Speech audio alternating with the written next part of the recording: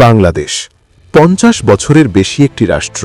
কাঠামোগত পরিবর্তন হয়েছে, উন্নয়নের গল্প শোনা যায়, কিন্তু প্রশ্ন হল, আমরা কি সত্যিই একটি উন্নত জাতি হতে পেরেছি? আমরা কি দুর্নীতিমুক্ত দেশ করতে পেরেছি? সহিংসতাহীন সমাজ, ন্যায় বিচার নিশ্চিত করতে পেরেছি?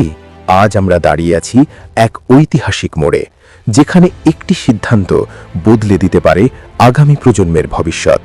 হ্যাঁ, অবকাঠামো হয়েছে, কিন্তু মানবিক উন্নতি? শিক্ষার সার্টিফিকেট আছে, কিন্তু গুণগত শিক্ষা কোথায়? স্বাস্থ্যের জন্য হাসপাতাল আছে, কিন্তু চিকিৎসা সবার জন্য কি নিশ্চিত? অর্থনীতি কিছু মানুষের জন্য রাজকীয় প্রবৃদ্ধি, কিন্তু সাধারণ মানুষের জীবন কি সহজ হয়েছে? রাজনীতি শুধু কি ক্ষমতা, দুর্নীতি আর সহিংসতার অন্যতম কেন্দ্রবিন্দু? কাঠামো বদলালেও রাষ্ট্রের নৈতিক ভিত্তি বদলায়নি। সমস্যার মূল কোথায়? উপরে নয়, নিচ থেকে ওপরে পর্যন্ত চলছে দুর্নীতি। বিচার বিভাগ এখন ন্যায় বিচার বিলাসিতা হয়ে গেছে। শাসন ক্ষমতার জবাবদিহিতা নেই। রাজনীতি জনগণের জন্য নয়, ক্ষমতার জন্য। এই বাস্তবতা বদলাতে হলে ছোট পরিবর্তন নয়, দরকার বড় সিদ্ধান্ত।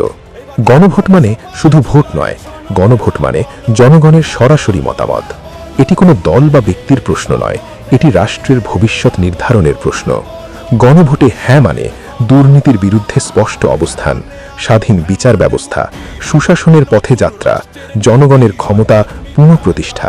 হ্যাঁ ভোট মানে কৃষিতে প্রযুক্তির ব্যবহার, সবার জন্য স্বাস্থ্যসেবা, গুণগত শিক্ষা ও দক্ষ মানব সম্পদ, বিচার বিভাগের স্বাধীনতা, জবাবদিহিমূলক সরকার।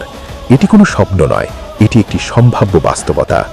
আজকের তরুণেরা আর শুধু চাকরি চায় না, তারা সম্মান চায়, ন্যায় চায়, নিরাপদ ভবিষ্যৎ চায়। যদি আমরা আজ সিদ্ধান্ত না নিই, তবে আগামী প্রজন্ম আমাদের ক্ষমা করবে না। হ্যাঁ ভোট মানে তরুণদের হাতে ভবিষ্যৎ তুলে দেওয়া। কেউ বলবে পরিবর্তন সম্ভব নয়, কিন্তু ইতিহাস বলে জনগণ চাইলে সব সম্ভব। ভয় দিয়ে নয়, লোভ দিয়ে নয়, বিবেক দিয়ে সিদ্ধান্ত নিন। এই দেশ কারো একার নয়, এই দেশ আমাদের সবার। আসুন আমরা এমন বাংলাদেশ করি যেখানে গুম হওয়ার কোনো ভয় নেই, অনাকাঙ্ক্ষিত কোনো মৃত্যু নেই, দুর্নীতির জায়গা নেই, সহিংসতার স্থান নেই, অন্যায়ের ক্ষমা নেই।